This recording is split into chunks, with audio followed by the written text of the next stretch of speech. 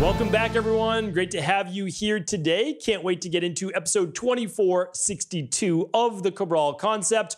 We're going to be going over the 5 foods that make allergies worse. That means it can exacerbate brain fog, fatigue, itchy skin, itchy eyes, headaches, and so much worse that comes along with allergy-based issues. Now, yesterday's show, hopefully you tuned in then because we actually went over the raw honey challenge. It's good for not just with people with allergies, but actually cardiovascular health, digestive health, antimicrobial, antifungal, cough, respiratory, and so much more. So you'll definitely want to check out that. That was episode 2461. But what I'm going to do is I'm going to link up everything here today, including the show on histamines, if you haven't checked that one out, at stephencabral.com/2462. If you want to head on over there, we'll go over those 5 foods right now that make allergies so much worse. And since I've been getting so many questions this allergy season, because for the most part, people do have allergies year round, there's no doubt about it. But the spring and the fall seem to be a big issue for many people, and that can include mold,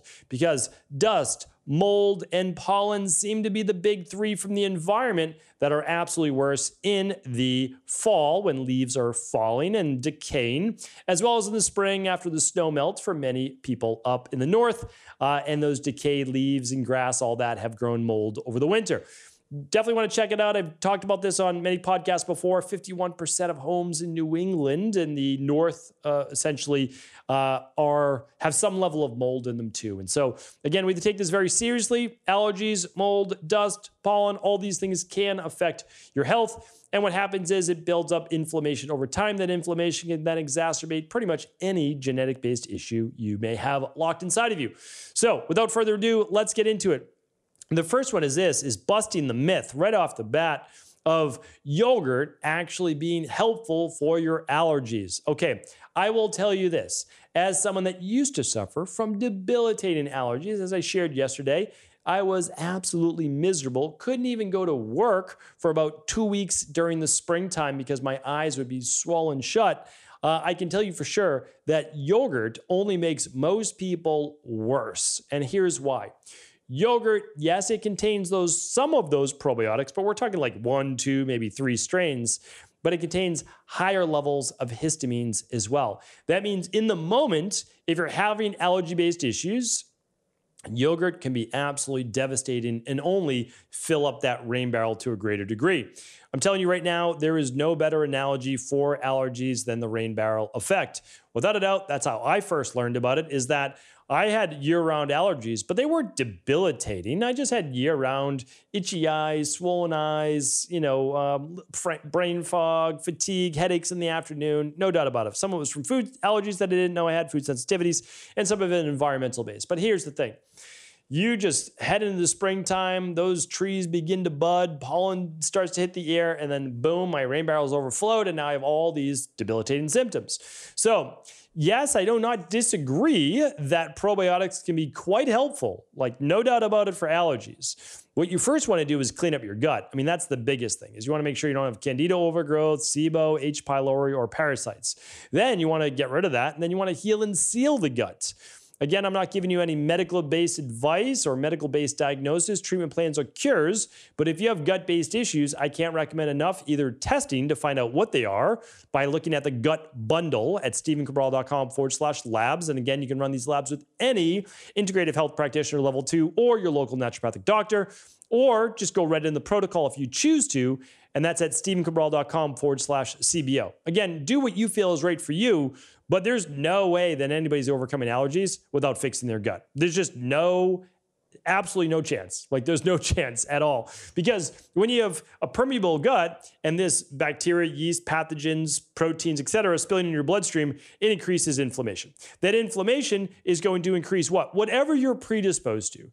You're going to have an issue with leukotrienes, which we'll talk about in a moment, histamines, prostaglandins, whatever it might be. It's going to set off that Th2 part of the immune system if it's chronic, and you're going to end up with debilitating allergies. It's just, that's the way that it works. You have to fix that.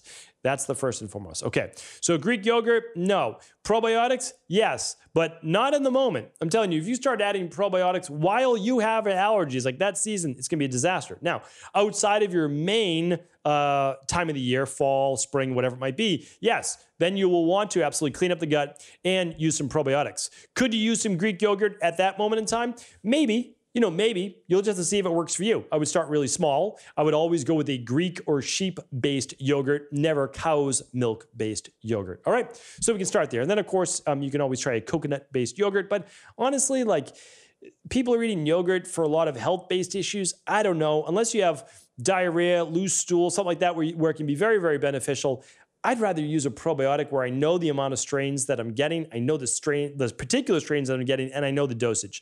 So eat yogurt if you'd like to eat yogurt, but I don't necessarily know that I do that to help out my overall, gut. That's me. I like to get right to the source. I like to know exactly what I'm doing. All right, so that's the first one. Number 2 is this: red meat, pork, lamb. Here's the thing, and this includes even some organ meats. I'm not saying I'm against these things. I'm really not. I eat red meat. There's no doubt about it. I have always grass-fed. I have a limited amount in general. And I eat buffalo. I eat elk. I eat venison. I'm eating some of the game-based meats that are less of the arachidonic acid, less of the overall saturated fat. Again, I'm not saying you can't have saturated fat. I'm not even saying that some saturated fat isn't good for you. That's not what I'm saying. So I don't want to turn this podcast into something that it's not. But what I am saying is this: the more arachidonic acid that you have in your body, the more potential. Now, again, some people never get allergies, and so they can't understand why someone would ever say, don't eat red meat. Listen, I get it. I understand. There's B vitamins in it. I get it. Don't get me wrong. I understand. I'm talking about for people suffering from debilitating allergies or allergies in general, it's not going to be helpful. And the reason is that you have to understand the pathways, the hormonal pathways, or the actual, I should say, inflammatory pathways. When you take in arachidonic acid. Now, the arachidonic acid can come from vegetable oils as well. I'm not saying that at all. But just want you to know, like, this does affect people. And when I had debilitating allergies, if I ate those things, especially if it wasn't grass-fed, it would be much, much worse.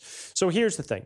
When you're eating arachidonic acid, it can lead down essentially 3 main pathways. There's the COX-1 pathway. There's the COX-2 pathway. COX. Again, you're welcome to look into the research. COX-1 pathway, to make it easy, is typically for the mucosal pathway through the entire gastrointestinal tract. So that can create inflammation through the whole GI tract. It can end up with like mucus in the stool, inflammation in the intestinal tract, stomach, small intestine, large intestine, etc. Okay, so then there's the COX-2 pathway. This is basically everything else in the body. Like, so if you get pain, joint pain, etc. with allergies, like some people can literally get joint pain with allergies, not uncommon. And the reason is that they could have an over-exacerbation of this COX-2 pathway.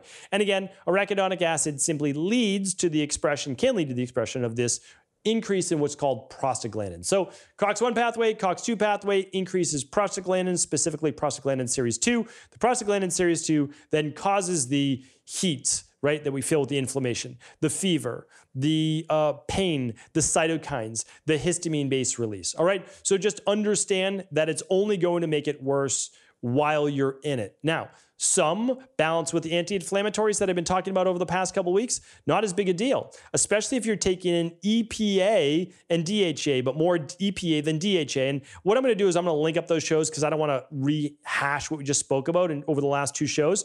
But what they found, and this is really interesting, if you use something like the daily omega-3 support and it's higher EPA than DHA, then the EPA can actually short circuit and cut off the effects of arachidonic acid, leading to the inflammatory prostaglandins, because the pathway seems to shift, as far as we know in science right now, more towards the anti-inflammatory pathway, which is why a good quality fish oil that's 2-to-1 at least for EPA to DHA can be highly beneficial. So something to think about. You can get it naturally, and I give you natural sources as well on the last show. I just know that people want simple, and I get it. And again, especially when you're suffering. So that's that. Now, here's the interesting thing.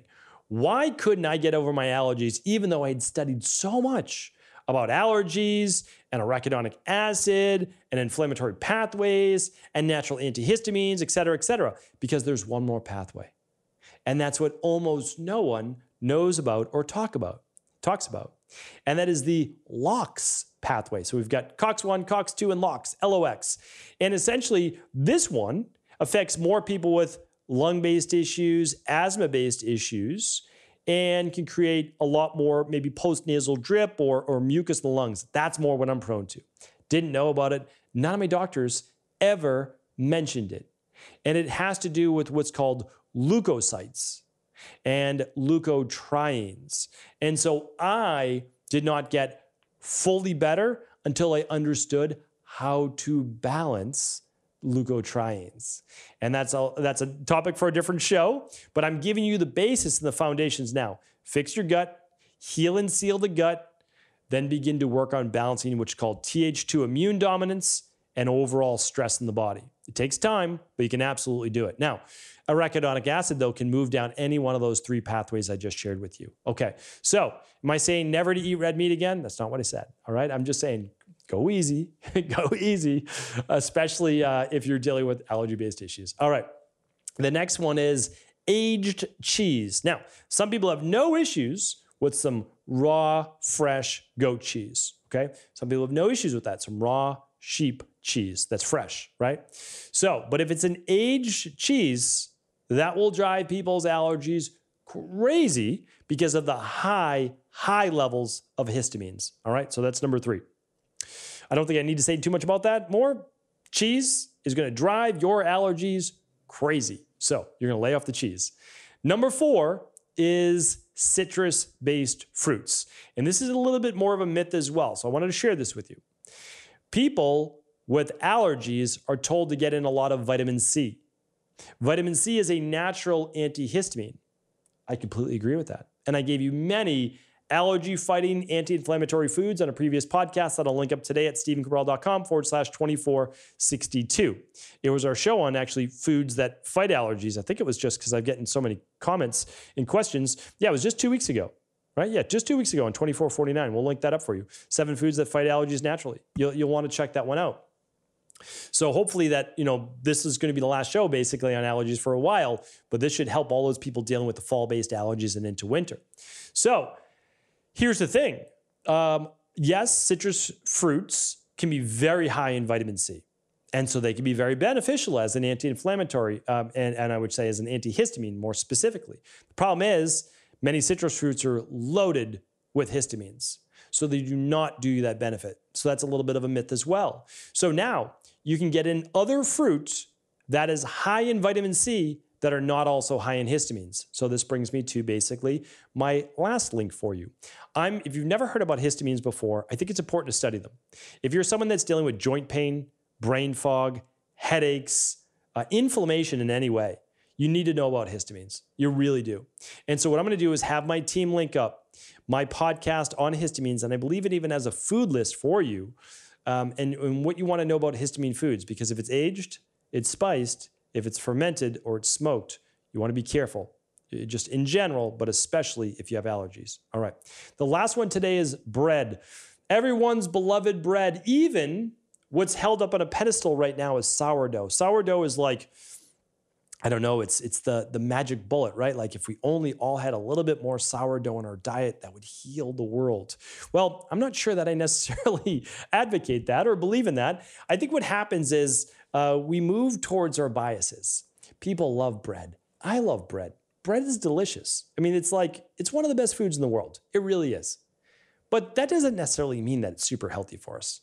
It is a processed food. If anybody can show me how bread is not processed, I'd be interested to entertain that debate. I really would. Because I don't know how you have something that's ground down into a flour, that's mixed with certain ingredients like yeast, which can be very, very detrimental to allergies, and then called that's a non-processed food. Now, is there a time and place for bread? Not against it. I'm really not. Some people do well with sourdough bread. Now, sourdough bread contains what though? Bacteria, probiotics. Now, again, that could be beneficial, but not for people with allergies. Not in that moment. It's just not. Again, devastating consequences. As they say, one person's food is another person's poison, something like that. Isn't that how it goes? I'm pretty sure. That's why if you do great with sourdough bread and you've done your IgG food sensitivity test and you have no sensitivities to wheat and gluten, all that, then fantastic. For me, when I have bread, it is going to be a millet bread, or it's going to be an oat bread, or it's going to be some type of more ancient-based grain. And if I go with a wheat-based bread, it's going to be more of a rye. It's going to be more of an older-based grain. That's what I do better with. But am I eating bread on a daily basis? No, because I can't honestly say that it's not necessarily a processed food and they're going to be healthier for it. Like, it's difficult to say, not difficult, it is not possible to say you would be healthier eating bread than you would a bowl of steel-cut oatmeal or a bowl bowl of, let's say, sweet potatoes or Japanese yams or purple potatoes. They're just better. Like, the brightly colored phytonutrients are there. So again, if you're healthy and you're happy, enjoy your bread. I'm not saying that at all. But what I'm saying is if you're not well, you're going to want to stay away from the yeast. And again, I know sourdough bread typically doesn't have yeast. That's okay. The bacteria that's in that for right now. And also in general, gluten can be highly inflammatory for the human body. So what we don't want is extra inflammation to exacerbate allergies, which are an inflammatory-based condition. So again, all of this goes for allergies and asthma and any inflammatory-based issue. The worst thing that you could do is try eliminating these 5 and nothing changes, right? Nothing changes. Like, that's the worst. Now, the best case, though, is you get a dramatic drop in your overall histamine load, inflammation, arachidonic acid, and more. So it's something to think about. This isn't, again, I always say it's not the end all be all, but what you have to do is look at allergies or any health-based condition in a holistic standpoint. And that means diet, exercise, stress reduction, toxin removal, rest, emotional balance, because stress matters. It really does. Scientifically backed supplements and a success mindset. That's the de-stress protocol I read about in my book, The Rain Barrel Effect. It is the way that we empty the rain barrel. It is the way that we overcome things like allergies and all the other health issues that humans are plagued with. Hopefully today's podcast was helpful. All the big 3 takeaways, all the show notes will be at stephencabral.com/2462. Head on over for those previous podcasts as well. Thanks so much. Of course, share the show with anyone you believe it could serve. Thank you so much. Take care.